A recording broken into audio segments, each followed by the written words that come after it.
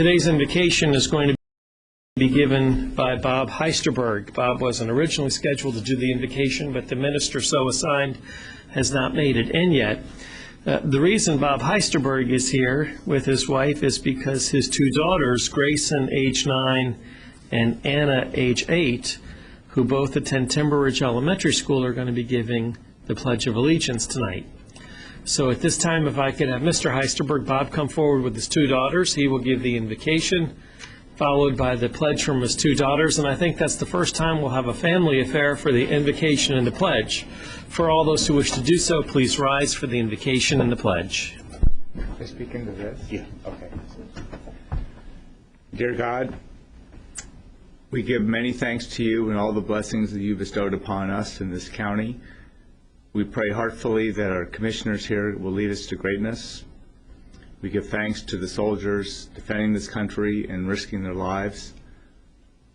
We have many blessings, some of which we take for granted, and we pray that all of your best wishes will be here tonight to guide us through this meeting. Amen.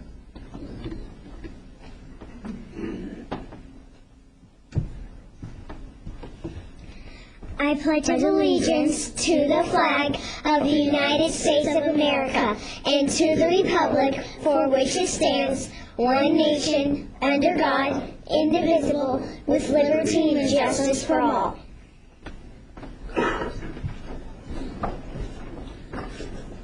Ladies, you did a great job for us this evening. And now when you go home and afterwards, when you're able to go on cobbcounty.org to look at yourselves doing the invocation tonight, you can now tell your relatives that your dad is also on TV. So we appreciate Bob coming forward as the gentleman to give the invocation, and we appreciate Grayson and Anna being with us today for the Pledge of Allegiance. This time we'll formally call the meeting to order. Earlier today at our 1:30 work session, we covered tabs 1 and 2, so we start tonight with tabs 3, but prior to that we have a couple items to be added to our agenda this evening. They are as follows. Tab 6, item 44, consent transportation adoption of resolution authorizing the application for an acceptance of contracts for transit projects. Item 6, number 45, consent transportation adoption of resolution authorizing the submission of an application for Section 5309 Bus and Bus Facilities Program Grant Funds. Tab 6, item 46, consent community development authorization to advertise and conduct a public hearing regarding the Riverline Master Plan. Tab 6, item 47, consent support services authorization to issue a request for proposals for establishment of a non-emergency 311 call center for Cobb County. Tab 6, item 48, consent support services approval of conceptual design for the new Superior Court building and authorization to issue a request for proposal. Yes, Mr. sir. Chairman, on tab 6, 48. Yes, sir. I still have a couple of questions. I suppose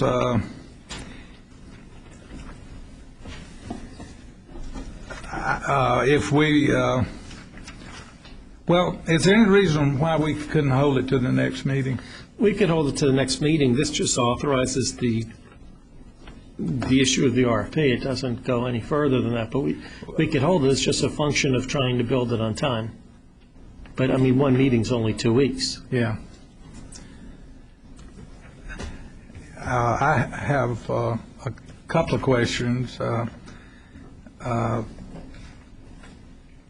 and would like to pursue those if it would be all right. Well, that's fine. Let's just add this to our first meeting in July. Okay.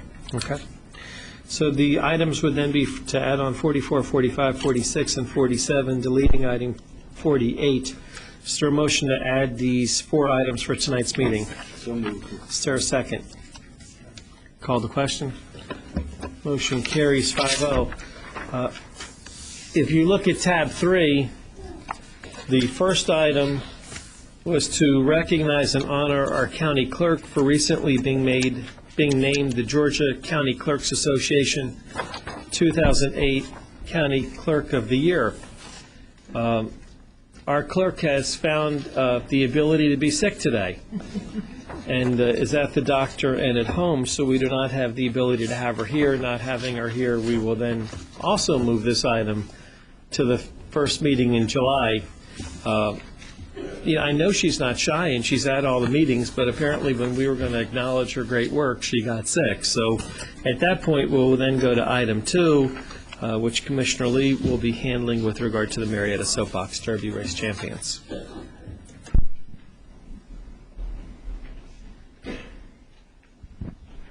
Thank you, Mr. Chairman.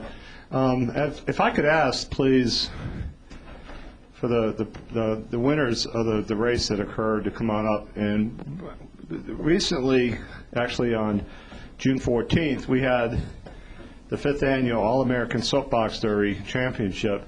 And I'd like to show just a quick video of that day.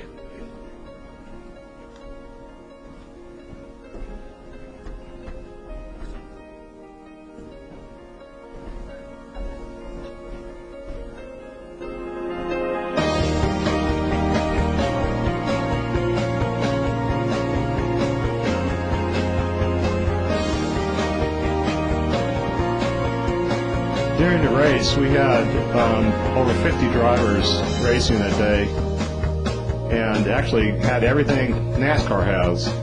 We had accidents, we had minor injuries, we had rain delays. We had a couple of parents come up and express some displeasure with the amount of time it was taking us to repeat some of the B classification races. I'm not sure I know what that is, but I was lining cars up and I felt that I knew what was going on.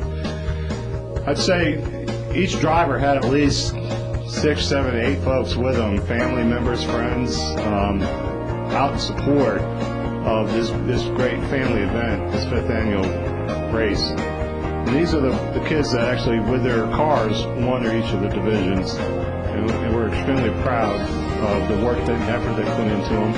And some of them actually get to go up to Akron to be part of the race up there, the national race. National race or the World Championship up in Akron in a couple of weeks. I'd like to introduce Devin Sewell. He is the race director. He's the one that helped start to get this going 5 years ago and put it all together. And we're very, very proud of what the kids did that day, and the families and the organization that the Marietta Kiwanis did in supporting it. And we're going to present in a minute here some certificates to Devins. But it was a great day. If you could add some comments. Thank you, Commissioner Lee. I'll tell you, in 2004, I talked to County Manager David Hankerson about bringing an event back to Cobb County that had been gone for many, many years, but it was very popular in the Atlanta area years ago. And he has done nothing but give me all the support that I need through the Parks and Recreation Department and the rest of the county staff. We couldn't pull this off without their assistance. Mr. Hankerson, we appreciate that very much. But we did. We had 53 kids race this year. It's the most we've had. We've sent 9 champions over the past 4 years to race in the World Championship in Akron. And this year alone, we're going to be sending 6 champions. So a total of 15 kids have represented Cobb County in the World Championship. And when I say World Championship, there are kids from Germany, Japan, Austria that come to Akron, Ohio every July to race and be crowned world champion. And this year, we have several up here that we're going to recognize with certificates, but I'll give it back to you. The first division is the stock division. This is the lighter cars, usually for the smaller and younger kids. In 4th place with Elizabeth Murphy.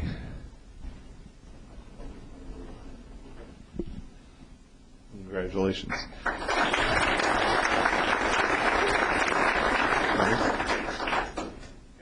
Right here. Don't go far. In 3rd place with Nolan Ziegler. Nolan, congratulations. In 2nd place is Katie Williams. Katie, congratulations. And the stock division champion is Aaron Hill. Congratulations, Aaron. Then if we move up to another classification called the super stock division, and the cars are slightly different. And in fourth place was Ashley Chase.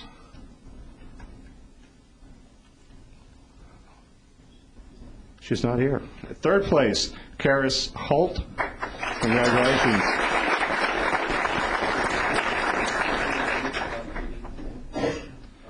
Oh, yeah, I'll get into that in a minute. Second place was Shelby Gann.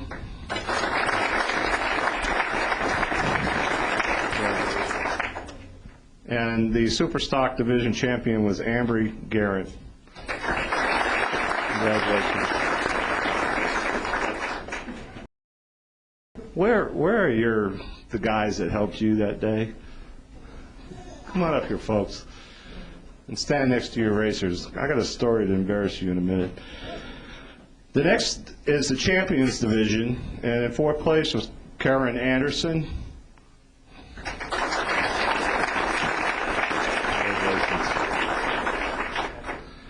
Pardon me? The Masters. I'm sorry. It's the Masters, yes, I'm sorry. Third place, Dakota Sims.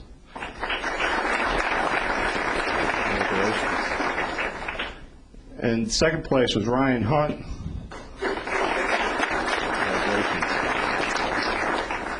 And first place is Miss Heidi Seaball. Congratulations. The Masters divisions are the Masters division are the ones where they actually laid down in the car. And there's just maybe an eighth of an inch of a window for them to look out going down the hill. They did an extraordinary event. I got to tell you, these folks who are with the Cobb County Explorers, the first year out, I was looking for the adults. Where are they here? Yeah, right in front of me, right. I have to tell you, this gentleman and his partner who were out that day just had the most enthusiasm for their drivers. These two folks, these two young ladies, part of our Explorers, first year out, and they actually had to race against each other in the semifinals to see who would go on to race, and came in second and third place, and they had these huge trophies.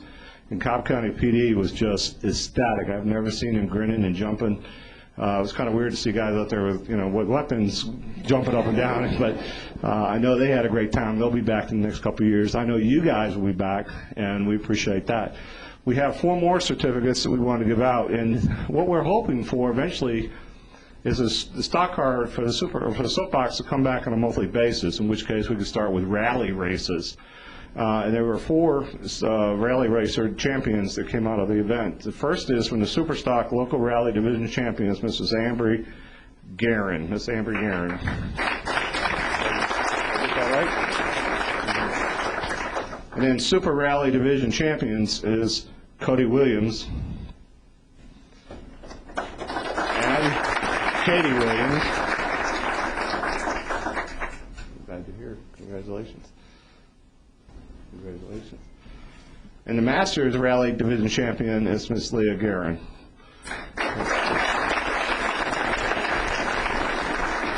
And yes, she does fit in a car. I don't know how she does it, but she does it. But these 4 that we just recognized actually race more than once throughout the year in our rally championships, and we congratulate all of you in your efforts. And would like to ask you if you guys can come around here in front, and Devin and I will stand behind you, and we'll take a good picture. Yes. Come on in front. 4 guys in the front.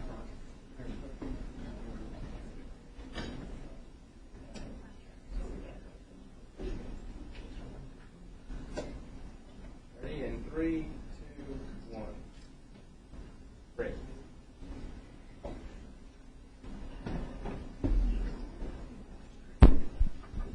Thank you, kids. I want to congratulate you very, very much in your efforts and your work. We look forward to seeing you all next year at the 6th annual event. So congratulations again. Thank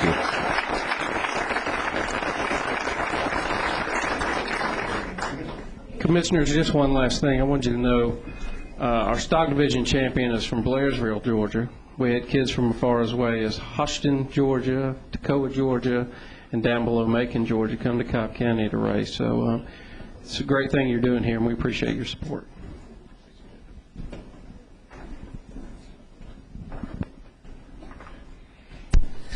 Thank you very much. We'll now go to tab 4, Community Development. One item, Mr. Hozak.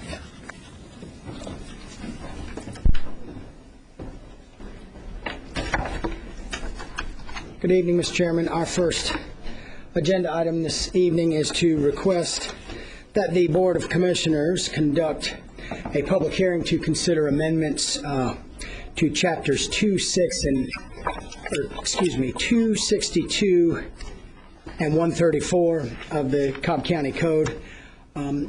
We had sent out a cover memo, Mr. Chairman, that outlined some additional amendments that were included in this package due to staff missing an advertising deadline, and we wanted to make sure that we did get the requisite or required 2 public hearings in. So very quickly, what I'd like to do, Mr. Chairman, is announce the sections that we believe require a second public hearing on July 8th during your morning meeting. That will be the proposed revisions to Chapter 2 that are included in the amendment package, as well as some of the proposed amendments to 134-1 and some of the other commercial districts as it related to the freestanding ice vending machines. So did want to make that announcement, Mr. Chairman, and very quickly to explain why we feel like we need the additional public hearings on the freestanding ice vending machines, sir. One of the proposals that staff had generated after receiving comment during the first public hearing on June 10th was an added protection to the community that could be provided by requiring a land use permit that would be a requirement to locate these freestanding ice vending machines in commercially zoned areas. In making that proposal, Mr. Chairman, it was necessary to amend Section 134-36 of the code that dealt with temporary land use permits. That was a section of the code that was not included in the first public hearing or in the package that was considered by the board during the first public hearing on the 10th. Therefore, we are recommending an additional public hearing. Same would hold true for the proposals to Chapter 2 that were not included in the original package due to staff missing the advertising deadline, sir. With that said, Mr. Chairman, very briefly, we are recommending the second and final public hearing this evening for the proposed amendments to Chapter 62-33, dealing with some rules that the Health Department enforces, as well as the second and final public hearing on Section 134-202.1, which is the new proposed CCRC, Continuing Care Retirement Community District, sir. In between this hearing and our last hearing, there were some changes made to the draft that were sent out to the community very quickly. To summarize those for the board and audience, sir, we added grocery items as a permitted accessory use. There was a change in building height for those CCRCs that would be proposed for areas shown or recommended on the land use map for regional activity center, community activity center, and high-density residential. There was some language inserted that would allow the board to consider projects smaller than 20 acres for areas that were shown for residential land use on the future land use map. There was some language removed regarding opaque visual screening within 2 years. There was language inserted to remove commercial signage that would be allowed for accessory retail uses. There was also an amendment made that clarified that a certificate of authority from the Georgia Insurance Commissioner for these CCRCs would be required within 3 years of obtaining the zoning approval versus basically requiring that all 3 components be in place at the time of the initial CO. Again, that was extended to 3 years, sir. And with that said, Mr. Chairman, we would request that you open the public hearing, sir, and receive public comment. Thank you, sir. Any and all individuals? Mr. Chairman, I'm sorry. I would be remiss if I did not mention that earlier today during their work session, the Planning Commission offered a formal recommendation, as they do for code amendments. They chose to make recommendations specific to the CCRC, sir. We've provided a printed copy of those to the board members, to the county manager, county clerk, and county attorney, sir. Very briefly, they are considering or recommending that you consider the terms accessory uses and accessory retail uses to be defined in the definition section. On page 11, they're considering or recommending your consideration of a proposed amendment to read permitted accessory retail uses and related functions to be inserted into that particular section, as well as a sentence at the end that would describe or be specific to any commercial use will be interior to the project and not a separate building. There will be no commercial appearances of the accessory retail uses visible from outside the project. Again, I believe that they have provided that in writing to the board, as well as to Mr. Hankerson, Ms. Granger, and Ms. Bishop, sir. There was also a recommendation that there was a consideration of amending the building height restriction in section 4A, item 4, for the board to consider increasing building height above 5 stories for only those areas that are designated as a regional activity center, which is a little different than what was sent out earlier by staff, sir. Okay. Thank you, Mr. Hosek. And all individuals wishing to speak at this public hearing, please come forward. Mr. Chairman, I would remind the speakers they have 3 minutes each, and there is a timer on the podium if they want to watch the time.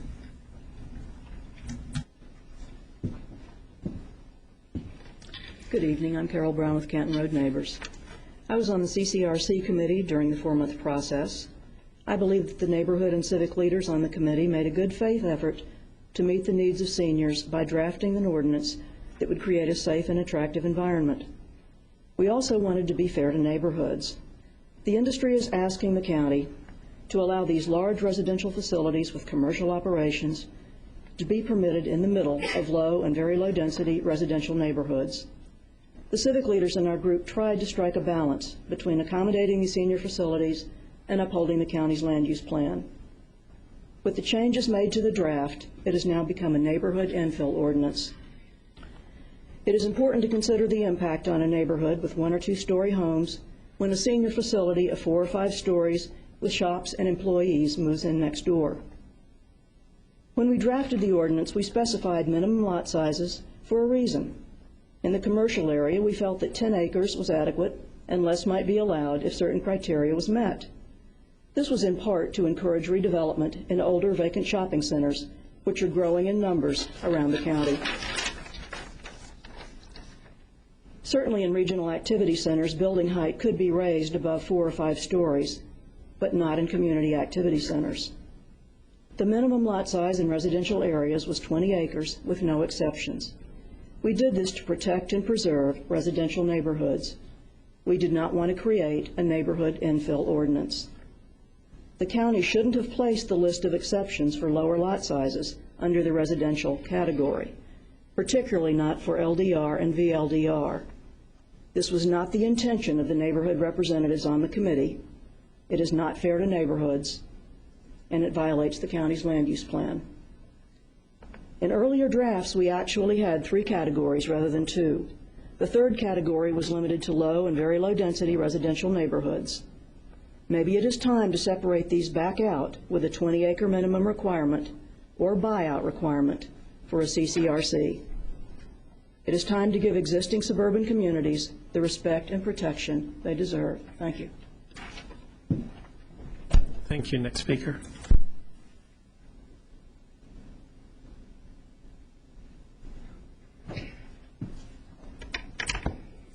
Good evening. My name is Marlene Elkins, and although I don't feel like it, I am chronologically a senior. Also, for the past 2 years, I have been helping my aunt, who is 90 years young and lives in a retirement community. So I feel like I have some knowledge of these issues. When I read the proposal for the new CCRC, I was concerned by many parts, but 2 things in particular I would like to address. First is the absence of restrictions to protect the neighborhoods already established in the surrounding areas. This proposal allows for the building of an institution that is too high and too dense in any part of our county with no regard to present zoning or the future land use plan. I am one senior who plans to age in my own home, surrounded by my own family and friends for as long as possible. Yet one of these facilities could be built right next to my subdivision. Who will protect me, a senior, and my neighborhood? We need to be protected from infill projects, not facilitating them. Also, I am concerned by what this proposal is offering for seniors. The present draft allows the facility 3 years to phase in the 3 components. What happens to the residents who need critical care sooner? I know from experience that a resident is only one misstep away from a broken hip, one breath away from a stroke. These issues won't wait 3 years. Also, there needs to be a means to get these people to the hospital quickly. These apartments, they're too small.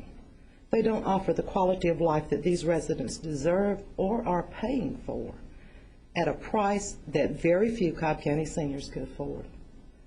When the committee was formed to draft the proposal for continuous care, the goal was to produce a workable ordinance to benefit all.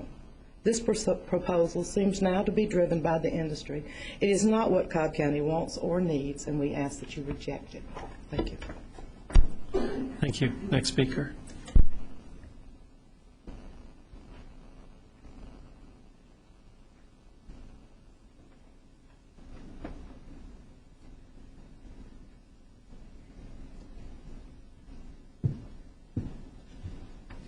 Good evening. My name is Janae Prince. I'm the Vice President of Policy with the Council for Quality Growth. We're supportive of the CCRC ordinance and of senior housing ordinances in general. It's important to have lots of options for housing for seniors and others. I have 3 comments for you regarding the CCRC ordinance. We continue to support the CCRC being allowed in VLDR and LDR. People who move into CCRCs want to stay in their neighborhoods. It's important to allow them in all residential areas. We support the 5+ stories CCRCs in RACs and HDR. Excuse me.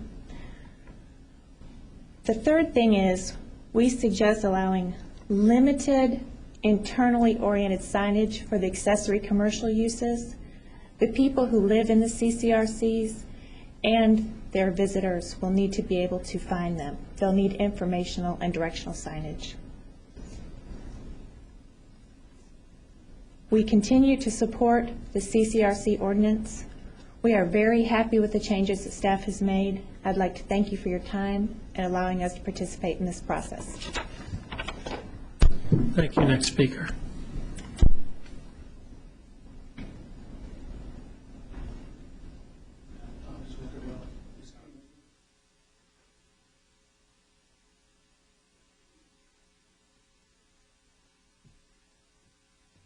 Kevin Isaacson, developer of Peach Trails Place in Park Springs.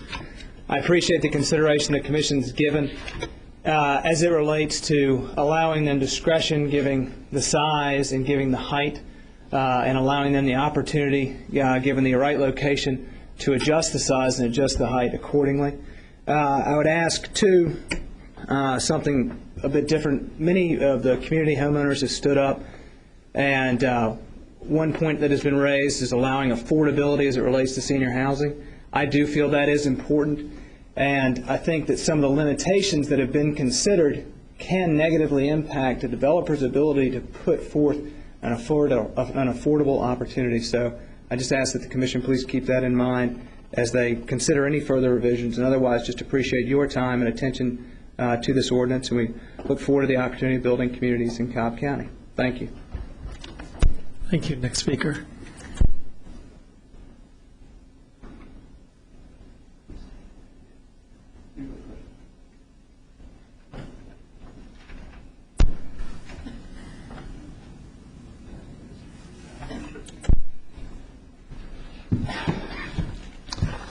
Good evening. My name is David Weldon.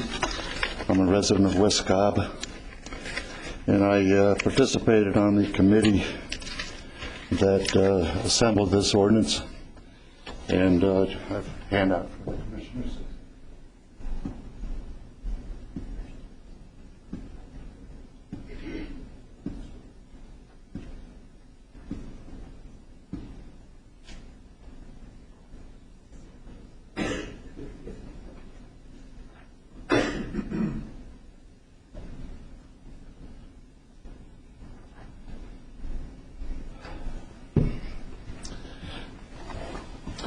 There were a number of changes that were made to the draft ordinance since the time it was released by the committee and first presented to the commission.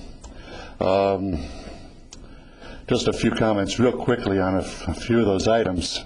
One was where the requirement for opaque visual screening within supplemental buffers was removed. I don't know why it was, but I would ask the commission I ran over here, so I'm out of breath. I'd just ask the commissioners to consider restoring the requirement for an opaque visual screen.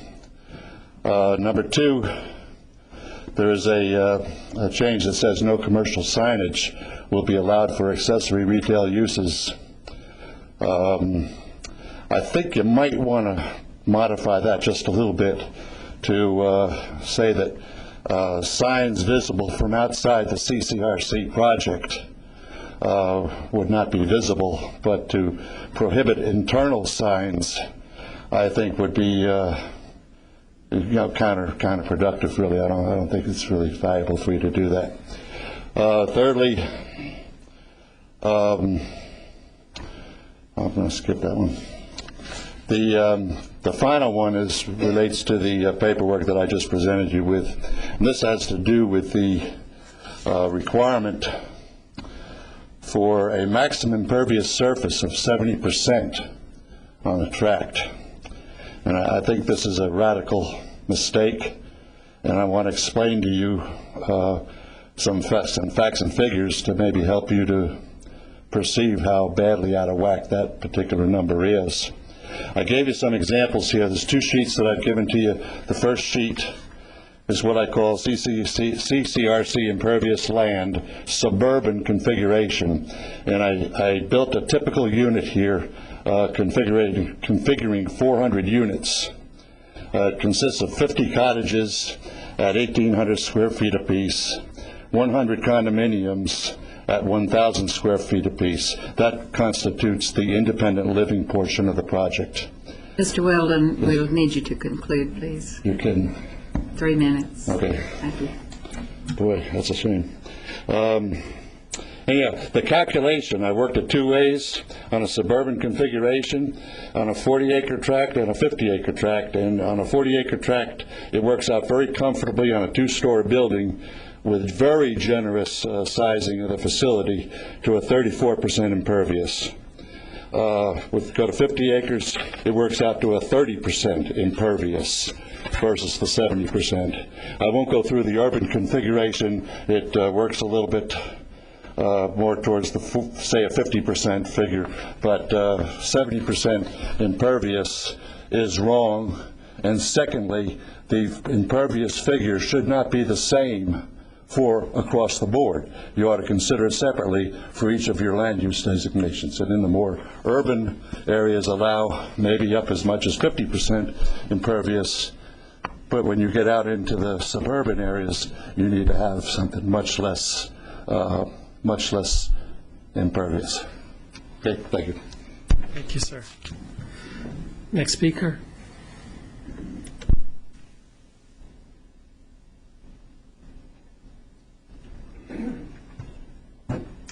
I just wanted to stand in support of the homeowners' concerns as an opposition to the quality growth people. I can't believe we're even talking about higher density things in light of the recession, subprime debacle, and all that. You know, the problem, the county's finances are all driven by density, and to keep pushing density is not the way to go in Cobb County. And senior living environment, I've talked about this before in the past, and I thought maybe y'all saw the light, but you don't want them in high rises because it's hard to, from a public safety standpoint, to clear them out. And then to get these densities where you might have a fire, you know, you don't have wide enough roads to access these people, you know, to help them in case of a calamity. And a much better thing it would be to smaller houses with some space between them so that they're not prone to burn, and whatever the existing heights restrictions are anywhere in this county, they shouldn't be exempted and upward just because you want to call it a commercial thing to redo a failed what do you call it, shopping centers. I mean, we've overbuilt those to the point that, a lot of pension funds are at risk now, and you keep pushing the property taxes on them, and you keep losing the tenants because of that. I know Value Village has closed down many of their stores. They get free goods, but the taxes and rent make it where they can't rent the facilities anymore. And seniors on fixed incomes, I don't see how they're going to come up with all the money to bail out the high rent project. I mean, I don't see this as a good idea in any way, shape, or form. Thank you. Thank you. Next speaker.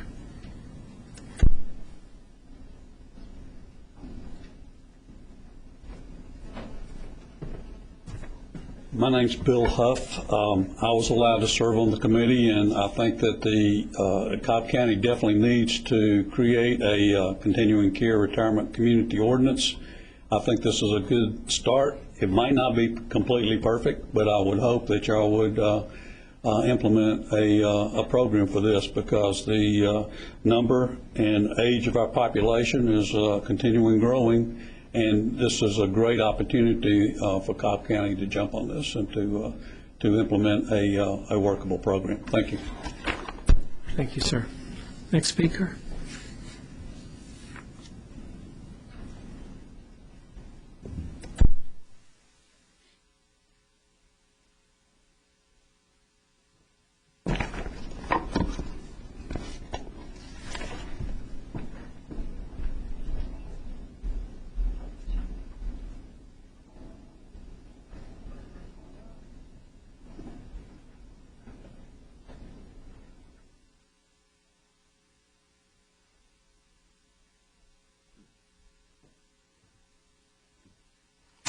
Good evening, Commissioners. I'm Ron Siphon. I'd like to echo the comments of the first two speakers, first of all. And I had a long discussion with Bob Hovey last night. As you all know, my number one concern about this was I wanted the language to be revised so that it didn't enable CCRCs to basically function as a density loophole that basically made them high-density mixed use for general-purpose retail operating in areas designated for low-density residential and very low-density residential. I do think that I was very pleased with the subsequent amendment that Bob proposed, and I'm very pleased that the Planning Commission recommended it 4-0.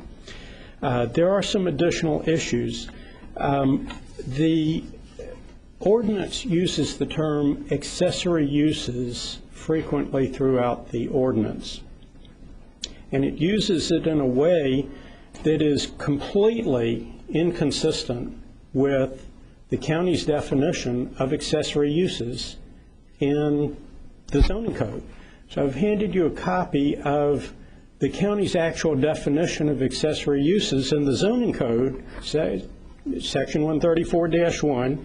It allows things such as garbage pads, heating and air conditioning units, private swimming pools, playhouses, playgrounds. It doesn't allow all these retail uses that are being described as accessory uses.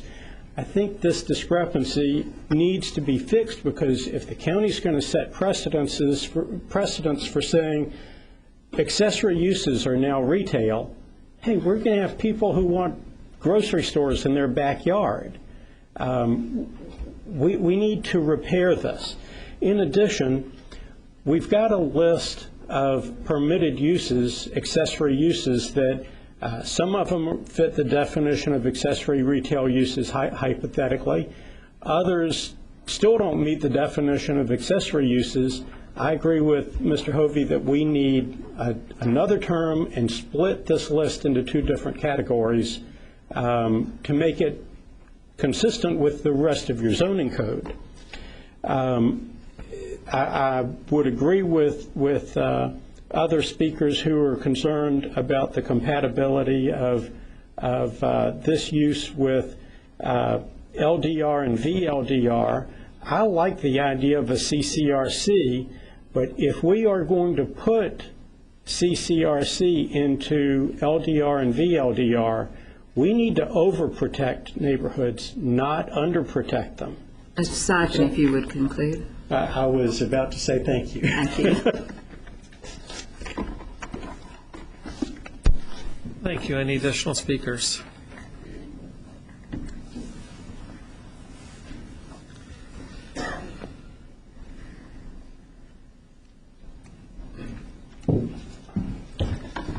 Hello, Commissioners. My name is Shane Coldren. I'm the president of the Vinings Homeowners Association. I'm here representing the association tonight. At a recent board meeting, we considered CCRC and came to the conclusion that while the committee had done a great deal of good work, the neighborhood and civic group work was outstanding. We felt that we had concerns about the compatibility with low-density residential and very low-density residential. Most of Vinings is very low-density residential, which is single-family detached homes and large lots, no commercial business.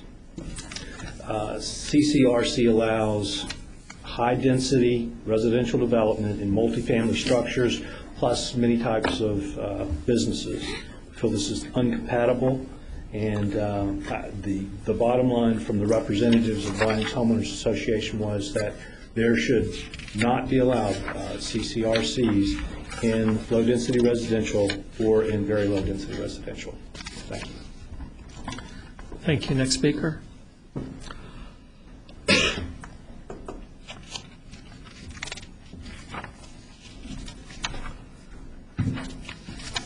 Good evening. My name is Kelly Gamble, and I'm president of People Looking After Neighborhoods. As a member of PLAN, I attended the CCRC committee meetings with the intentions of constructing an ordinance that would address the needs of the aging population, yet provide protection to neighboring homeowners. Our area of West Cobb consists mostly of LDR, VLDR, and RR designated land, and the revisions presented here tonight will undermine the suburban lifestyle we have fought to protect for the past 11 years. Why the change? What started as an ordinance for the seemingly genuine concern for the care of seniors and the aging population has turned into a PVC type of designation for development infill. The ordinance as it now is written contains ambiguous language pertaining to lot size, building height, visual intrusion, and impervious surface specifications. Clarity is needed to protect the guidelines to which development is to follow, as we know very few developers will go beyond these written minimum standards. With the ambiguity that is contained within this ordinance, the county is once again setting itself up for this ordinance to be abused, as we have seen in the past few years in our area with the OSC and RSL ordinances. Under use limitations, item K, maximum impervious surface shall be 70% unless building heights have been increased or development is proposed on slopes greater than 25%. Application should demonstrate a decrease in impervious surface when building heights are increased or when proposing development on slopes greater than 25%. Plan questions if the county has abandoned their development standards put forth about not building on slopes greater than 25%. If the county has determined that CCRCs may be built on slopes greater than 25%, then particular caution needs to be taken to prevent increase in the rate of stormwater runoff and erosion downslope of any steep slope development site. While the CCRC has an emotional appeal to it, the ordinance as written will once again allow significantly greater density in areas currently designated on the land use plan for 2.5 homes per acre or less. Plan requests that lot sizes be limited to a minimum of 10 and 20 acres respectively, and building heights in VLDR and LDR or scenic Dallas Highway designated areas limit the building height to 35 feet. This would include buildings within NACs and CACs. The multiple RSL and OSCs that were approved in the past 2 to 3 years have now proven to be failures in many cases, with some of the developments having been abandoned. This has created blights within the community. After the many long hours and hard work the citizen representatives in county made towards a fair and decent compromise for the senior citizens' development in the existing neighborhoods, the CCRC has now morphed into simply another excuse for allowing high-density development in otherwise low-density neighborhoods. Therefore, we request that you do not approve this ordinance as presented before you tonight. Thank you. Thank you. Next speaker.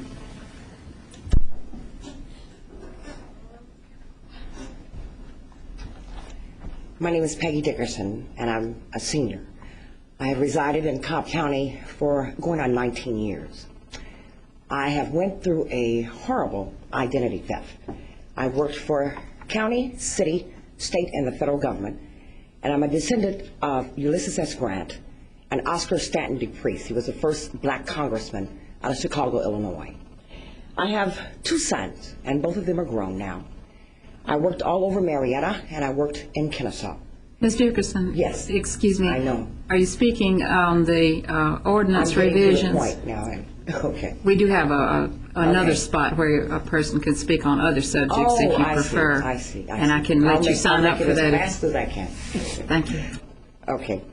The point I'm getting to is my family has been wrongly, how should I say, wrongly done here in Cobb County.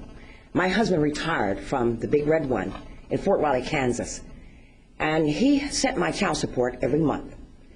And I never received a dime. There were some people that worked in the courthouse that stole my money.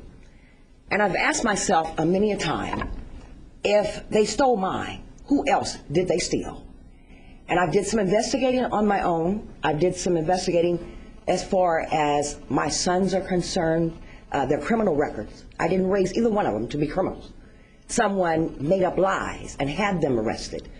My story will be national, and I just wanted to introduce myself to everyone again.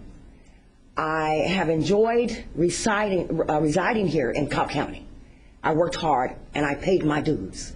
And I know a lot of people, from the governor all the way down. I've been to the House of Representatives. I introduce myself to people on the street. There's homeless people that are looking for employment that cannot find it. There's street lights that need time fixing. There's some things I don't think you hear about that need to be spoken, need to be addressed to. I just wanted to spend a few minutes with you this evening and let you know that I am a fighter. I came from a middle-class black family. My father was in the Army, and he retired from the VA. I worked for 3 VAs and for the Internal Revenue Service. And I speak my mind. And there needs to be an investigation done. I've called Pat Head's office on occasions. I've called the Attorney General, and I have called Sonny Perdue's office. I want to know who these people were. They were contracted. And every year, it amounted to $16,900. And I had to wait on buses, go to Kennesaw. Ms. Dickerson, if you would conclude, please. Okay, I will. But I'm asking for an investigation to be done so I can find out who these people are. They stole my Section 8 voucher, and so I'm on the street occasionally because I don't have a bed to lay my head in. If they had left my money alone, I would have been in my home with some automobiles in my driveway. Ms. Dickerson, your time's expired. Is to do, all right, ma'am. Thank you. To do an investigation. Thank you. Thank you, ma'am. Any additional speakers? Hearing and seeing none, the public hearing is now closed. Back to the Board of Commissioners and Mr. Hozak. Comments, questions from the board? Mr. Chairman, this process of developing ordinances is a very complex and difficult process. It's one of the more challenging tasks we take on as commissioners, to try to craft an ordinance that enables progress to occur, at the same time trying to protect what exists. And this is one such ordinance. Ordinances in general are for the future. They're not for the past, they're not for the present, they're for the future, and there's no one here that could cite or positively articulate what exactly is going to happen in the future and write an ordinance that would fit it perfectly. And this is a good start, and as Mr. Hong said at the first public hearing, it'll be tweaked, and it'll be tweaked, and it'll be tweaked. There's no doubt about it. The issue of aging in place is one that's very, very true and exists with most seniors. There's not a senior around that has a relatively healthy life that doesn't desire to age in place. Anyone who is approaching senior years would love to be in their own home when they age.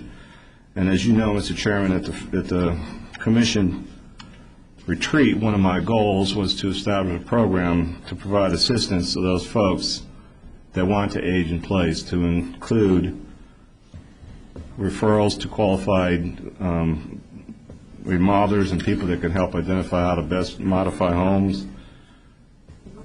We had a strategic plan, 20-year plan or 10-year plan done for senior services to address aging issues such as transportation, the Meals on Wheels, and volunteerism.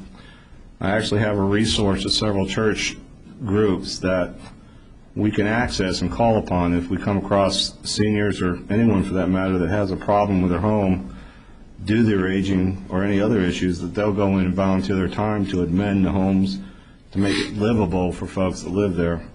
So aging in place is something I think we all agree is something we desire. We desire it to occur. We desire communities to be developed and to be communities to morph into neighborhoods of folks living and aging in place and allowing that to occur. This ordinance, as we said, is not perfect, but it is not a not by right ordinance. What I mean by that is that each application has to come from this board to be heard to its merits, its individual merits. And because this is a very difficult project, a new ordinance, a new area of concern, each project needs to be evaluated on its own merit. It needs to be evaluated on where it is, how it's located, what it's adjacent to, what its current condition is, what the tree canopy is, what the slopes are, what the adjacent densities are, what the roadway structure, the sewer structure, all the components that go into evaluating a project. These need to be evaluated. So I'd like to just remind the folks that it's not by right. It's something that comes before this board for consideration, at least 2 public hearings, one for the Planning Commission and one for us. There are also 2 flaws occurred in the development of this ordinance, I think, Mr. Chairman. The first is I don't believe that the commissioners took the appropriate time to articulate the purpose and intent behind developing the CCRC. We simply met with the staff, we gave them direction, and we sent them out to have a meeting with the community without taking the time as individual leadership to represent to the community what it is that we were trying to accomplish. As a result, there were some conclusions made that the motives behind the CCRC were other than to try to address the million-plus 65 and older folks that will be in Cobb County by the year 2015, and the 50% of them that will have annual income of less than $30,000. The intent was to address the need, the growing need, that aging community in Cobb County will be here before we know it, and this is to try and design to help to be proactive to address that need as opposed to reactive. Reactive is what the school system did, and that's why we have trailers at schools instead of classrooms at schools. Our need and our goal here is to try to be more proactive in providing what the communities, what the seniors, and what the folks with development experience have indicated need to happen in order for the project to be viable. We have several ordinances currently adopted that have no merit and have not yet been implemented because it simply can't be done as written, and I'd hope that we don't do that with this one. Affordability is an issue of the development costs and density. There's no question about it. You can't have affordability and low density. You can't have affordability and 2 stories residential components. To have affordability, you got to make the availability of the options to have the density available to do the affordability.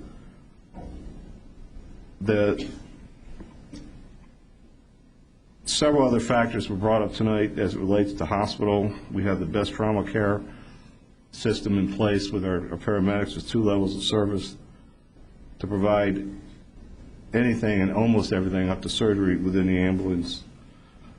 The size and shape, the connectivity, the accessory services, all those are not put in by the development community because they feel like it's something they can sell. It's put in to try to address what the community, what the users have said that they want in a community, what they want in their home, what they want in their neighborhood. And certainly anyone that suggests that a CCRC is an infill ordinance does not recognize the cost, the time, and the effort that it needs to get the certificates of authority or the certificates of needs in order to provide medical care and accessories associated with putting in the amenities and the services in place to service a community that is self-serving. Mr. Chairman, there's one part of the proposed amendments, draft amendment package 2, that I'd like to take into consideration and change, and that has to do, it's located on page 13, section B, paragraph 3. The maximum height of buildings will be 2 stories or 35 feet unless it can be demonstrated due to topography that a greater height does not impact the view shed of adjacent residential property. Again, protection for residential property that's put there. The view shed is an area where we're using to take into consideration the property and the height of the property versus the project being proposed. I'd like to take out for the clarity the 3 words that says or 35 feet. There are many 2-story buildings that are over 35 feet currently, and I'd like to remove that so that it would read maximum height of building will be 2 stories unless it can be demonstrated due to topography that a greater height does not impact the view shed of adjacent residential property. I know there's other comments or considerations to put in, and we'll discuss as that go, but I just wanted to make it clear that this is an ordinance that was not designed for anybody except those folks that are 55 plus and live in Cobb County. Thank you, sir. Other comments, questions? Commissioner Gorham. Yes, thank you. Just a couple of small comments, and then I have an issue that I'd like to take some time to discuss. One, I envision those accessory retail uses to be similar to a concourse in a hotel, where you have small shops in the primary building, and that's my visual of those accessory retail businesses. And I could go on record saying, or will go on record saying, that I don't have a problem with some sort of signage within the community that says barber shop here or whatever. I think that's a reasonable request, but I do support eliminating any kind of exterior signage, advertising any kind of commercial uses within the CCRC. I also didn't realize that the opaque buffer visual screen within 2 years was removed, and I'm questioning why that was removed. I don't think it's a major hardship here. And again, if we're facing single residential neighborhoods with the prospect of looking at somewhat of a sizable development, I don't see a problem with that. And I know comments were made that we shouldn't isolate the seniors. We're not trying to isolate the seniors. We're trying to isolate the urban architecture and the urban feel of these projects. Let me respond, if I may. It was my concern that when that sentence was in there, that meant that it applied to all developments rather than adding that as a zoning step. Where it's next to a subdivision, I agree 100% with you. But for instance, if it's immediately adjacent to a park, it's absurd to have an opaque view because they ought to be compatible. So I don't disagree at all with you that in the context, for instance, of being adjacent to a subdivision, that should be a zoning step. The question is whether it needs to be required by the code versus a stipulation that we place on an application. And I think in many cases, I'd agree 100% with you. In other cases, I would say we're, in fact, putting them in almost a mental health ward if we're trying to encompass their environment. That's a reasonable viewpoint on that. The other issue that I think is going to take a little bit of time, and please bear with me, I don't know how many of us on the board took the time to go out to Stone Mountain to see a CCRC out there, and that I would term a suburban CCRC, very well done, blends in well with the surrounding area, has plenty of green space, has a lake. And I understand that there's a project in Atlanta that's going to be more of a urban nature. Within the city, I would expect more urban detail components to that, higher heights, whatever. And I think that what we're dealing with is balancing this type of project within a semi-rural or neighborhood area. I understand that through the industry, a minimum number of units to have a financially successful CCRC is anywhere from 300 to 400 units, is what I understand needs to go on the ground. And for those who haven't seen a CCRC in a suburban neighborhood or setting, it's a large development. It is on several acres, and some developers that have come to see me with the thoughts of a CCRC pending our ordinance come to me asking for at least 50 acres. Commissioner Gorham, where do you have in your district 50-acre parcels suitable for a CCRC? So when I see a request to accept or possibly accept less than 20 acres for a CCRC, I question whether that can be done. And it comes to mind that when we were considering OSC, which was the open space concept, we did modeling to see whether or not we could fit a development on a certain number of acres because we were considering what the minimum acreage should be. So in my untrained mind, when I look at 300 to 400 units to assure fiscal viability, and we are in a suburban setting, which is basically going to limit the height of the project to 2 stories, whatever the height is, or possibly going to 4 if we have the view shed ability and topography on that. And you look at a green space requirement of 10% or a minimum of 2 acres. So let's say we have a request coming in for 16 acres for a CCRC. I'd like to see us see a model of how we get, 300 to 400 units on that parcel with no greater than 4 stories, and that's if the view shed allows or the topography, putting in 2 acres of green space, and then also working with impervious surface. And I tend to think that the nature of this development would not fit on possibly 20 acres.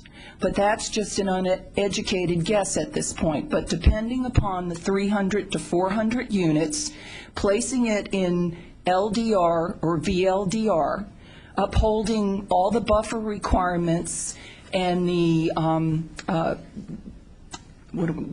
distance between buildings or whatever, I forgot what the terminology is, I can't think of it right now.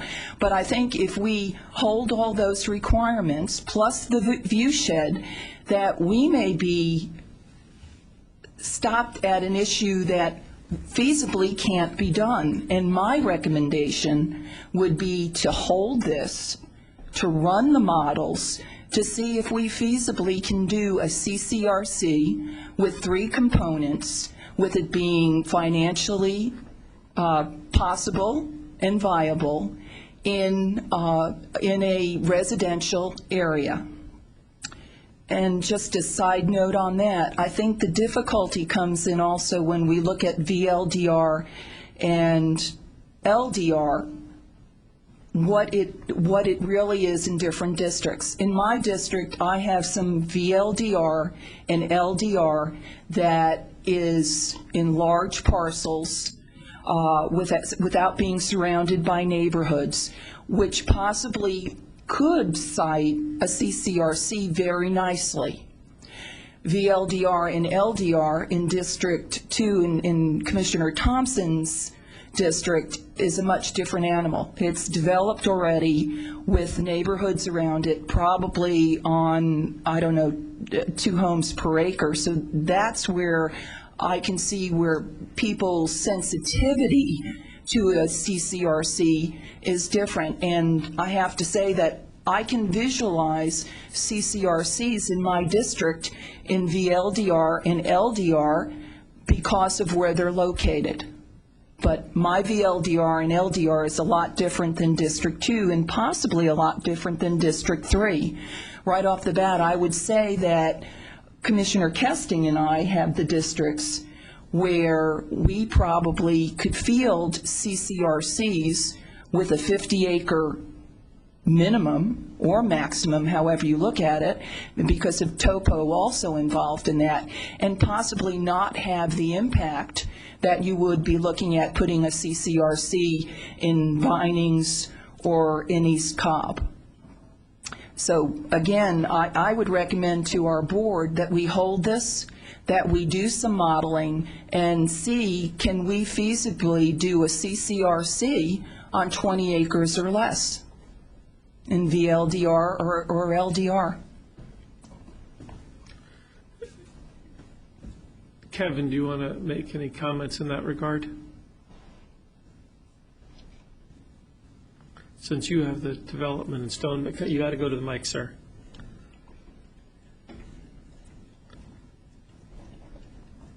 Yes, you got to share it with Rob. Excuse me. If the question is in regard to whether or not it's feasible to uphold, I guess your question is, meeting all the other prerequisites as it's written in the ordinance, can you do something smaller than 20 acres? I believe you can, if that's the question. If that's the question you're asking, yes. I believe it is possible to do something to meet financial viability, to meet the standards as it's currently written with the flex. I'm talking about allowing the flexibility to go up to 4 stories, and you can without affecting a view shed of established neighborhoods.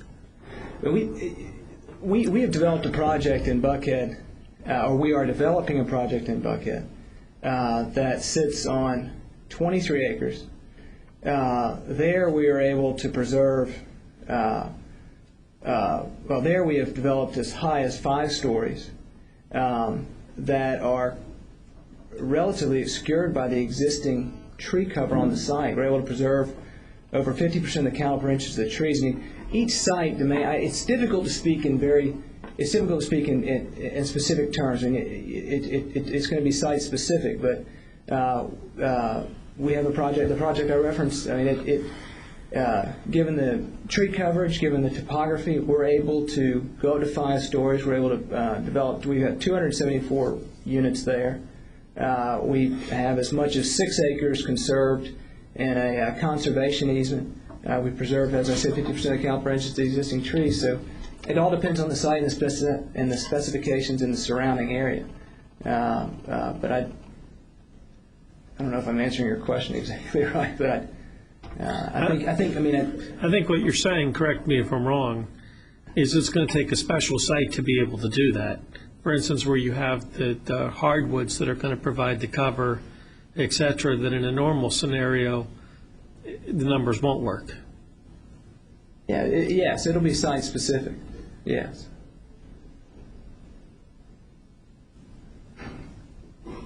Thank you, sir. All right. Other comments, questions? I think, were you going to comment? I sort of agree with Commissioner Gorham. I think there are some questions that still need to be answered. Anything further? Oh, that's fine. Yeah, I think I think going back to David Hung, there's going to be questions that need to be answered 2 years from now. That we're in an area that candidly is going to be adjusted over time with experience. I have concerns in some of the areas, just as referenced elsewhere, but I also think there's a value in what Commissioner Lee has stated, i.e., the applications have to come in and then you judge them individually, just like we do other applications. I think Commissioner Gorham made a very good point about VLDR. I candidly haven't been comfortable with VLDR from the beginning in this process. But then when you talk to Commissioner Gorham, you can frankly agree that there may be some areas in District 1 where she's right. Where I live, absolutely not. In Vinings, absolutely not. I don't know of any VLDR areas in Vinings that this would be appropriate. But Commissioner Gorham may be very correct that there are areas in Commissioner Kesting's in her district where it may be a good fit. And that's a problem that we have a lot with applications, and where when you frankly see the comments from the various homeowners groups, you sort of smile at times when you see them because they're answering as it relates to their part of the county rather than looking countywide. And our job is not to frankly repeat the mistakes some of our other sister jurisdictions have done that literally had ordinances in place for part of their counties and not the rest of their county, because, well, just, that those jurisdictions are going through major upheaval now as a result of it. So it is a very difficult issue when the county has many different faces, as Commissioner Joe causes it. I agree with Commissioner Gorham and David Weldon that in that section 8F that references no commercial signage, the word external should be placed in there. The intent is that from the street and from the buildings you're not seeing the signage, but certainly where there's a hair salon, etc., within the building, the signage is totally appropriate there. I think a lot of the early comments we received from our residents, due to some interesting emails, led to the thought that the CCRC ordinance was going to permit major retail uses in a residential area where everyone would just go there to shop. And that never was the intent, never was the case, and was totally misleading. I've gone to other CCRC separate from the one when Commissioner Gorham and I went to the one in Stone Mountain. It's common to have the barber shop, the hair salon, the fruit stand, the post office little section in these developments. It makes life easier for the seniors. And candidly, at a given age, I may look forward to those types of uses.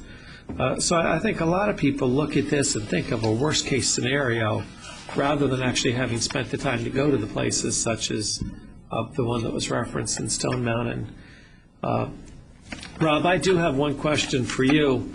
As I look at what the Planning Commission did, as I look at what has transpired, and honestly, I don't think time accomplishes much in this regard. We've been doing this for 6 months, and the fact of the matter is it's a learning curve. And if a developer comes in and says he wants 15 units, and Commissioner Gorham is right that it's going to take 300 units and it's going to need a 4 or 5 story building, and it's right next to a subdivision, from my perspective, and there isn't unusual circumstances, the answer is really simple: a motion to reject, because you don't want to hurt the subdivision. So I think at times we're almost I almost feel at times that we're trying to be GDOT, and we're not going to prove anything unless it's a perfect design. Life isn't perfect. That's why you have a zoning meeting, and that's why you say motion to reject. when you don't like what something is. With regard to what the PC, though, did, Rob, the accessory use definition, there was reference to having an accessory use definition. When Mr. Seifin brought forward the 134-1 definition of accessory uses, I don't really have a problem with the first sentence, but I certainly have a problem with the second sentence. Do you concur? Do you disagree? What's your take there? Actually, Mr. Chairman, one of the reasons that we set up specifically in the CCRC district the accessory definition that we did was to make it specific just to that district. I think that Mr. Seifin has proposed that he believes, and perhaps other folks do as well, that the actual definition throughout the ordinance needs to be changed. But so you would leave it as is and not define it, other than what the planning. I think that the planning commission, had offered a good suggestion to what could be tweaked as far as the definition of accessory use goes, specific for the CCRC. Rob, if you go to page 10 and you go to letter F at the end of the page, which is where I believe the word first appears, it says CCRCs may also include, and then that evil word, uses within the community. If we just struck the word accessory, does it change the meaning and the intent of the paragraph? That CCRCs may also include uses within the community that provide service primarily to residents. And further, on page 11 at the top, the permitted uses must be sized in relationship. And going on in the next sentence, that means that while they may sell to employees and occasional visitors, the uses will not be sized or located in a fashion to occur in general product. Do we need the word accessory? If this is... But, it does have a common use. I mean, to be honest, I don't have a problem with the word accessory there. It's not a four-letter word. That'll leave us... What I don't want to do is get in front of a 15-minute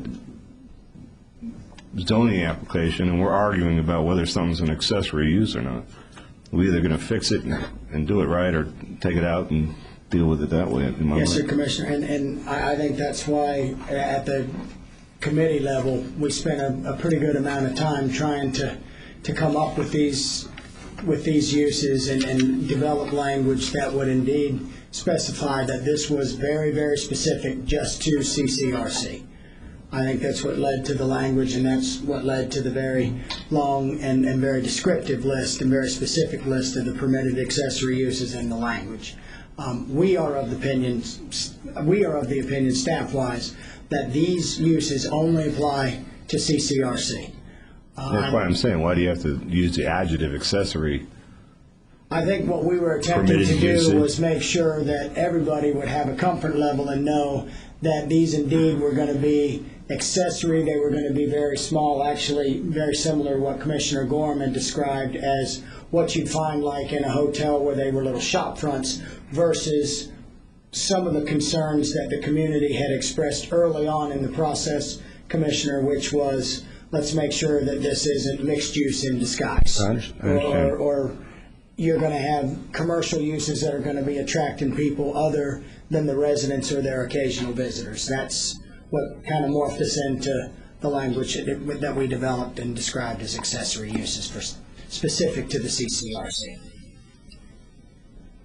Well, going back to the chairman's comment, then, if we take into consideration the first recommendation from the Planning Commission, they're asking us to go back and define it as it's proposed with the pre-existing definitions already in the code, which alludes back to the document presented earlier, which doesn't include this stuff. No, sir. I think it's certainly possible to put this into place. It probably would require another hearing, and we'd probably need to sit down because there are a number of different zoning districts now that actually have different accessory uses per each district, and we need to probably make sure that there wasn't a conflict there. Not saying that that wouldn't be impossible to do, Commissioner, but we'd probably need to look at it, and I think because we didn't have it included in the previous package or the package that's in front of the board tonight, it would probably need to be done at a later public hearing or at later public hearings. So what you're suggesting in English is that we literally not define it more than it is in the proposal now? Yes, sir. I think that there may be some need for us to go back and redefine accessory uses throughout the ordinance. But as it stands specific to the CCRC, we would be comfortable with the language that was recommended by the Planning Commission. Okay, the other question I have that was also presented by Mr. Seifin, if you look at the language at the Planning Commission, I frankly do like his use of the word primary buildings more than the word project. We would concur, sir. I mean, that to me is a more appropriate term. Okay. Would that allow then, Mr. Hozak, would that allow for an interior building that might include the clubhouse and these accessory uses to be built that might have just simple hallway connectivity to the residential living? Would that allow that to occur then? Yes, sir. Thank you.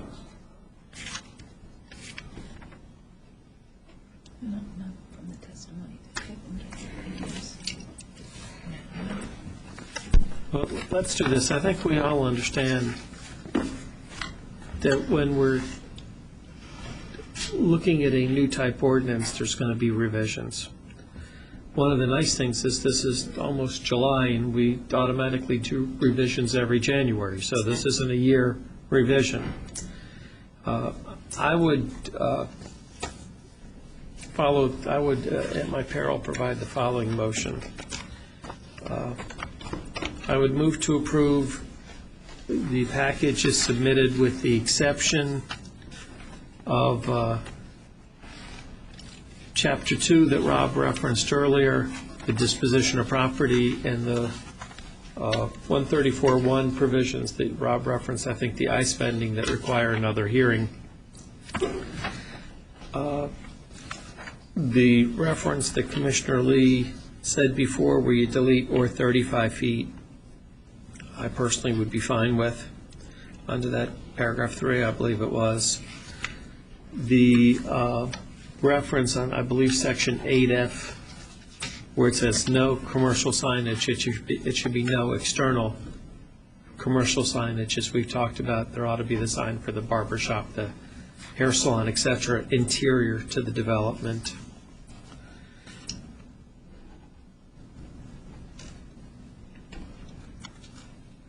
I share, and I would make the changes as suggested by Mr. Seifin, where it says the project, it's changed to primary buildings. Additionally, as I look at the Planning Commission, we're adding that 2B that's on that sheet with the change of removing the word project to primary buildings. We're adding the section 3, the number 3, as recommended by the Planning Commission. I'm sorry. If you look at the sheet from today's Planning Commission, right, paragraph 3, it said that there isn't the height restriction in regional activity centers, which came with their recommendation.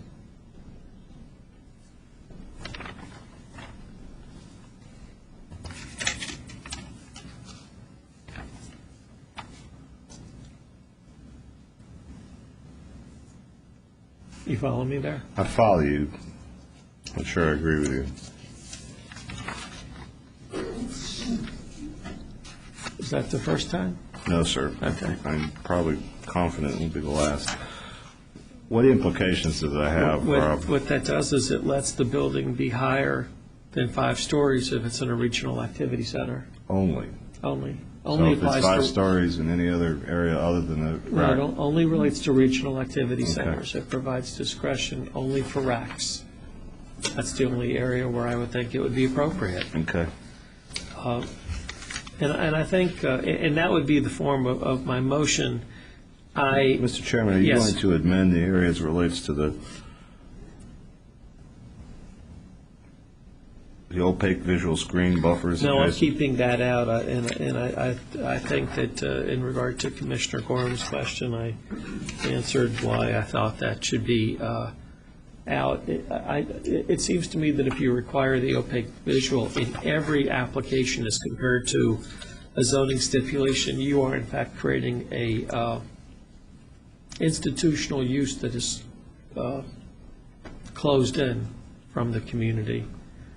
It seems to me, for instance, if it's adjacent to a park, a visual screening is totally inappropriate. If it's adjacent to a house in a subdivision, it's entirely appropriate.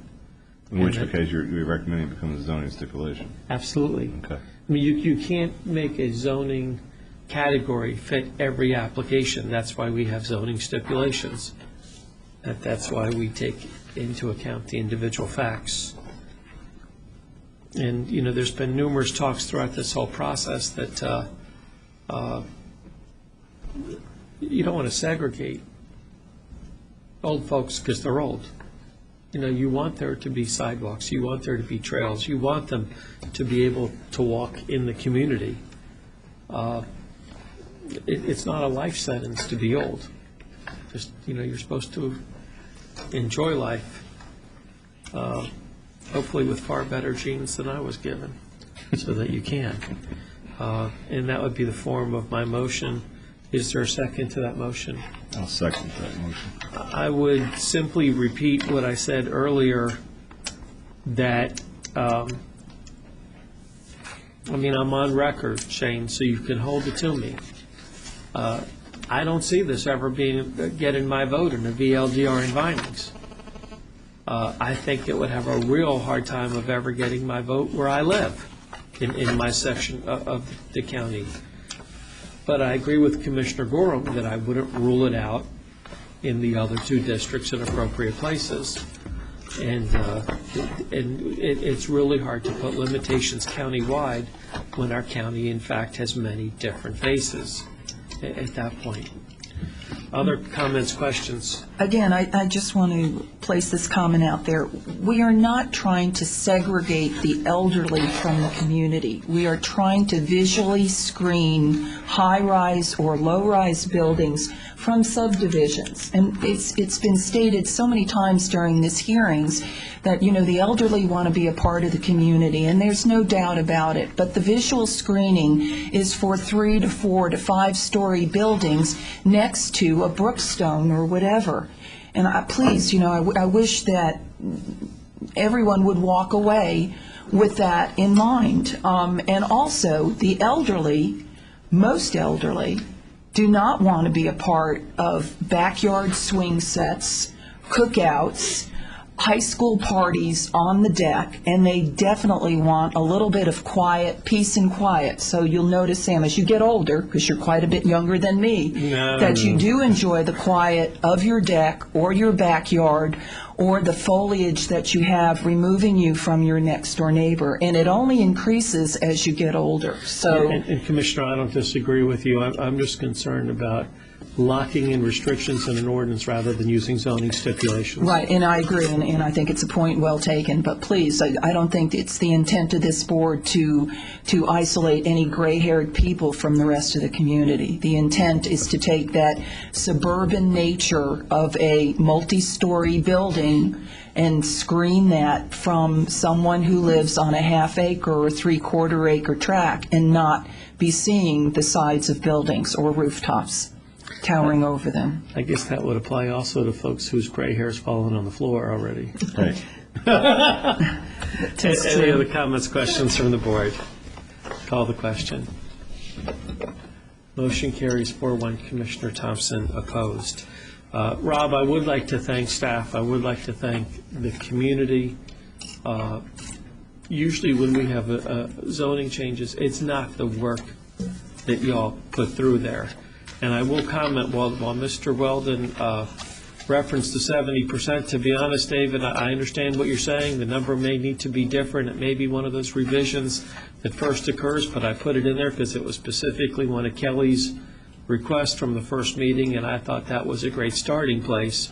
It may very well be correct that that number's too high, and it needs to be lower, but that was another one of our ways to listen to the public and say, she's right, and we may come back and further reduce that number, because that may also be right. But before, there wasn't one, and when Kelly made the comment, in a lot of our codes, we have a maximum. You don't have one here. I think it ought to be 70. I agreed with her that she made a good comment. So, clearly this will be revised. And if, in regard to Commissioner Gorham's concern expressed earlier, if we get applications where they're trying to put too much on too little, the answer may be to frankly even change the 20-acre and make it greater rather than the flexibility that currently exists. Time's going to tell, based on any applications, what's really optimal. We may even raise that number rather than considering less, but for instance, racks, that type of thing. But I do want to thank Rob a lot, because you all spent an inordinate amount of time, as well as the community, in this regard. And I guess now at this point you're going to remind me that we're still going to have another hearing, the first meeting of July, on those other areas that were not decided today. Yes, it is correct, Mr. Chairman. We just wanted to make sure that it was the board's intent to exclude 134-36 from the I-spending amendments. I think you... Yes, absolutely. I made reference, to the I-spending, that clearly that wouldn't come until... And I would echo your concerns. I think that all the members of the committee did a very, very good job. Very productive meetings, very professional, and very cordially handled. And knowing we that... appreciate their assistance. Thank you. And knowing the couple changes we made today, Rob, if you would send out to the committee as well as to the board a final draft as approved tonight, that would be very helpful. We'll do so. Thank you very much, Mr. Chairman. Thank you. Tab 5, public meeting. Ms. Bishop. Mr. Chairman, you have 2 speakers signed up in this part of your agenda. These speakers have a maximum of 5 minutes to make comments to the board as a whole, addressing their comments through the chair. The first speaker is Mr. D.A. King. Sure, Mr. King thought he'd be out of here by 7:30. Would have been nice, Mr. Chairman. Good evening, Mr. Chairman, members of the Cobb County Board of Commissioners. My name is D.A. King, and I study illegal immigration, which I regard as nothing more or less than organized crime. Sometimes I come here in support of this commission, and sometimes I don't. Tonight is one of those latter evenings. I found it very interesting to hear the detailed way in which I just watched this board go through the language of a possible ordinance to regulate the last topic. I have sat in and been part of many committee meetings in the Georgia State Capitol regarding various laws and regulations passed by the state legislature regarding illegal immigration, illegal employment, and the illegal dispersing of public benefits. 2 years ago, those of us who fight illegal immigration were successful in getting passed and signed by the governor a bill called the Georgia Security and Immigration Compliance Act. That was Senate Bill 529. Personally, I worked very hard to get that bill passed, and I'm very proud of it. I am here tonight because Cobb County government is not in compliance with a state law saying that we must obey federal immigration law. Section 9 of Senate Bill 529, the Georgia Security and Immigration Compliance Act, requires all state and local agencies that disperse public benefits to use an available federal tool called the SAVE, the Systematic Alien Verification for Entitlements Program. I know how boring this can be to people who don't understand these tools, but to me it's not. To me it's the law. I believe it should be equally applied. Public benefits are clearly defined in the law on the state level, and they are also clearly defined by federal law. Public benefits include the issuance of all commercial and professional licenses. Think business licenses. An applicant for a business license or a commercial or professional license, by law, should be screened and required to fill out an affidavit attesting to either United States citizenship or legal immigration status. Any alien attesting to legal status should then be run through the same system to verify that status. That's not happening in Cobb County. I know that it's not happening despite assurances from the spokesman for Cobb County and several letters from the county attorney. I'm sure that the attorney worked in good faith, but I'm holding a letter in my hand from August of last year assuring me that the same system is being used. It is not being fully used, and I am here to bring that to the public attention as well as this board. Last week, while 2 years late in doing so, because I am president of an unincorporated Cobb corporation, I went and applied for a business license for the Dustin Inman Society. I picked up a copy of all applications and used the one that the clerk told me to fill out. I never entered a social security number. I was told that was okay, enter your date of birth. I was never offered a chance or required to fill out an affidavit attesting to whether or not I was a citizen or a lawful permanent resident or some other alien or non-immigrant. This is not the way the law was designed. It's not what we worked for 2 years to get Chip Rogers' bill passed. It obeys neither the letter nor the spirit of the law. There's a lot of people that are going to be very, very upset about this very, very soon. I am here, again, to try and draw attention to the fact that we are not following the Georgia Security and Immigration Compliance Act. We are issuing business licenses to people that we cannot identify. The far-left Open Borders lobby makes a very good point in saying that we cannot tell an illegal alien by looking at him. I fully agree.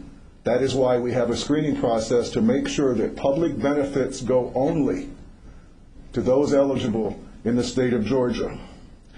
Because I know this system is not working and I can document it, I am requesting and suggesting and will lobby for a moratorium in Cobb County for any further issuances of professional or commercial licenses until the system is fully compliant, verifiably so, with existing state law. Again, doing nothing more than saying that here in Georgia we have to obey federal law.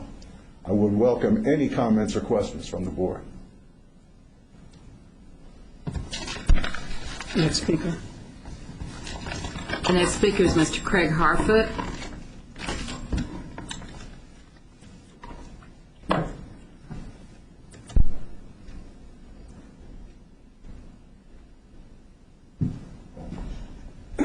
Good evening, Mr. Chairman and Commissioners.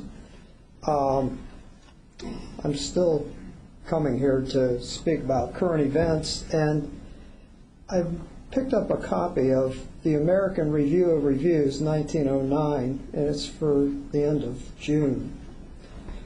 And why I'm going to read this little piece here is because I came here talking about 100-year cycles. If I didn't find a proof of it, I just did in this magazine. And it's talking, I'm going to read an excerpt of what's happening with the serious condition of Germany's finances in 1909. And under the title of No Falling Off in Bank Deposits.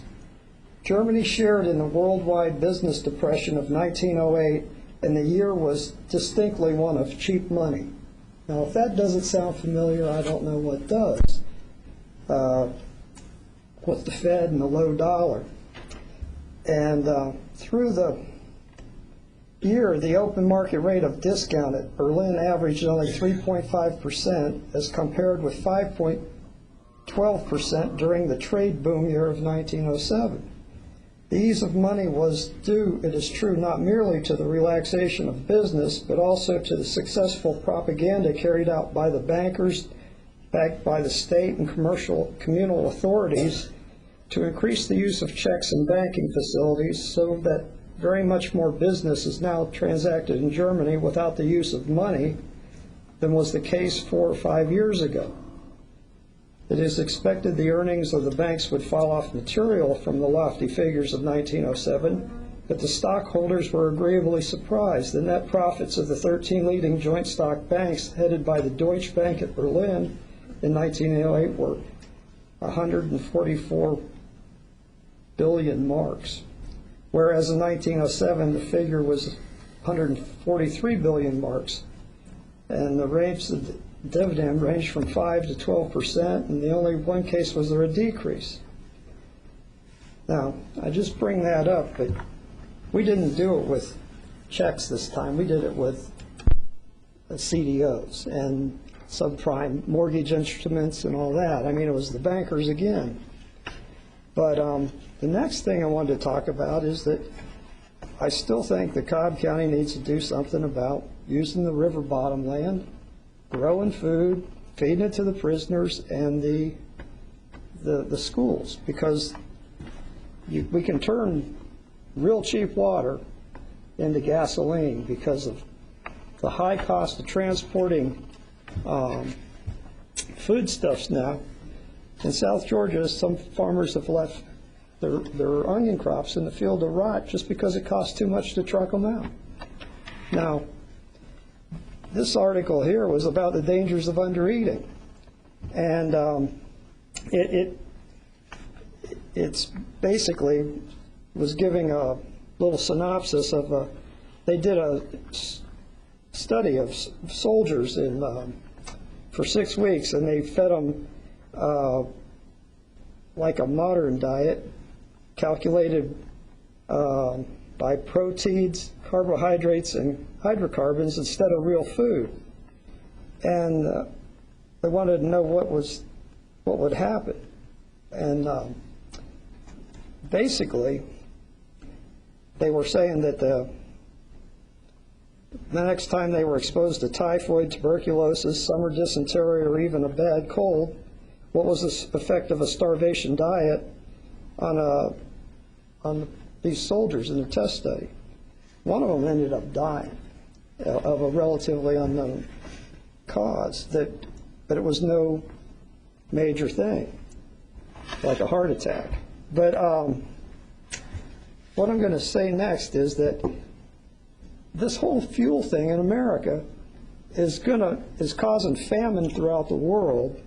And the thing is, in this article, what it says is that I'll read it to you.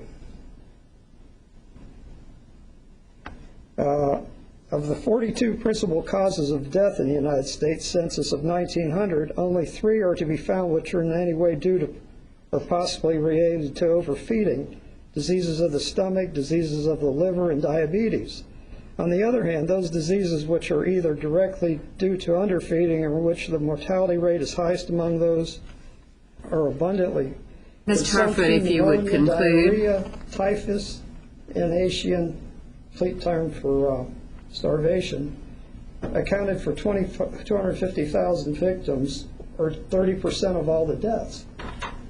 But I just bring this up because the easiest thing we can do is grow gardens. Thank you. Thank you. Okay, tab 6 is the consent agenda is revised. Item 32 related to Cobblestone Golf Course, and it had a reference to an extension of the agreement through January 1, 2009. After talking with Mr. Ash, I would suggest that it be through December 31, 2008, such that a new agreement would then start on January 1, 2009. I would make a motion to approve the consent as revised with the specific reference in number 32, the ending extension date being December 31 of this year as compared to January 1 of next year. Is there a second to that motion? Second. Any other comments or questions about the consent agenda? Call the question. Motion carries 5-0. Thank you. Tab 7, 2 items, Mr. Montagna. Considering the fact that there were about 11 last month, I guess you gave them all to us last month. Yes, sir. We do have 2 items, and as you know, Mr. Chairman, these are contracts for transportation improvement projects that are funded by the SPLOST program. First one, Mr. Chairman, is to ask that the board approve a resurfacing contract with C.W. Matthews Contracting Company, the low bidder, an amount not to exceed a little over $1.7 million for resurfacing of 73 county-maintained streets, or about a little over 15 miles.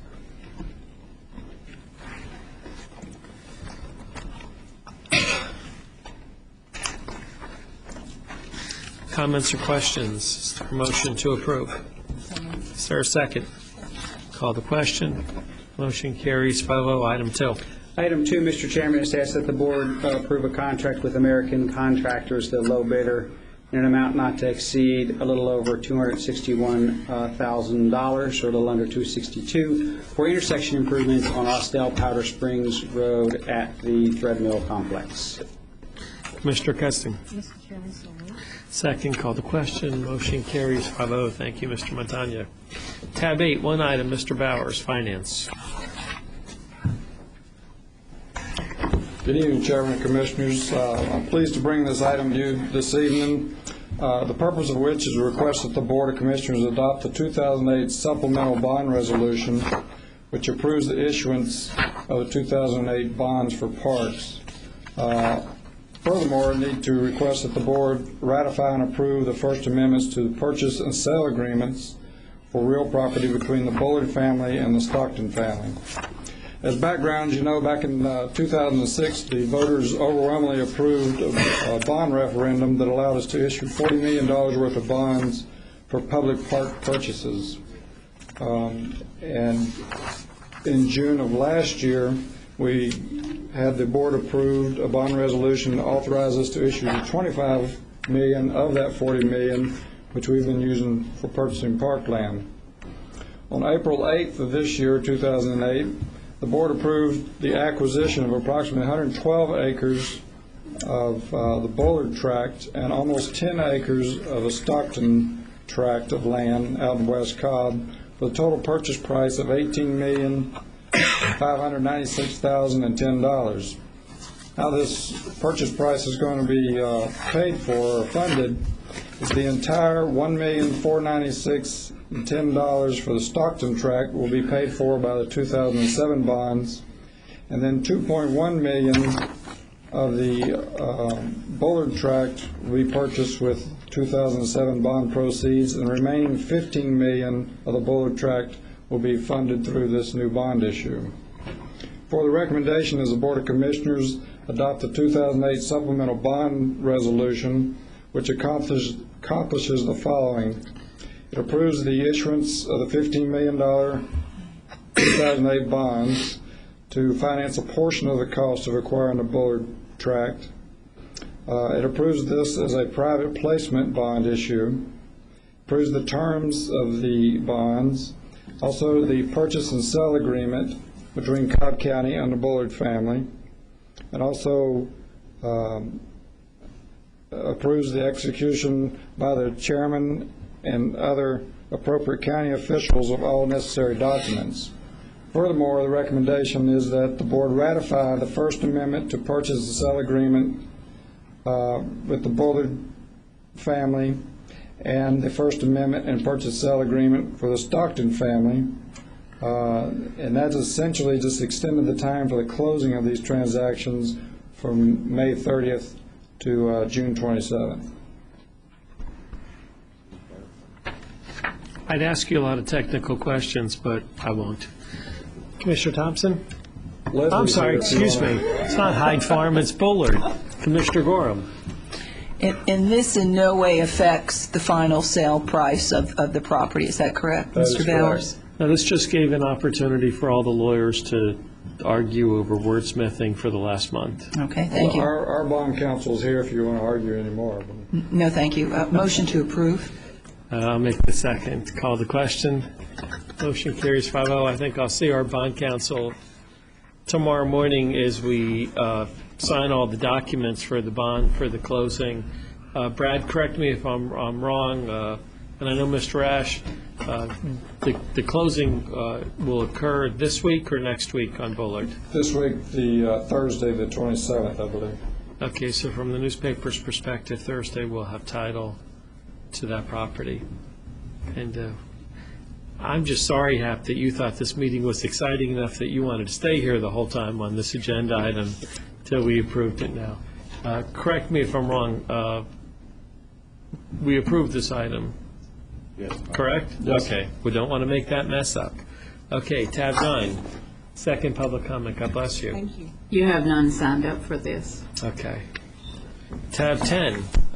Commission appointments, comments. As usual, I'll start from my left to my right. Commissioner Lee. Thank you, Mr. Chairman. I want to remind the folks at home here in our auditorium that the Maple House Barnes Amphitheater's 3 summer concert series are in full swing. Half the season is almost past, so and still encourage folks to get out and look at maplehouse.org. We've got a great lineup this year, the best ever. We need to be there.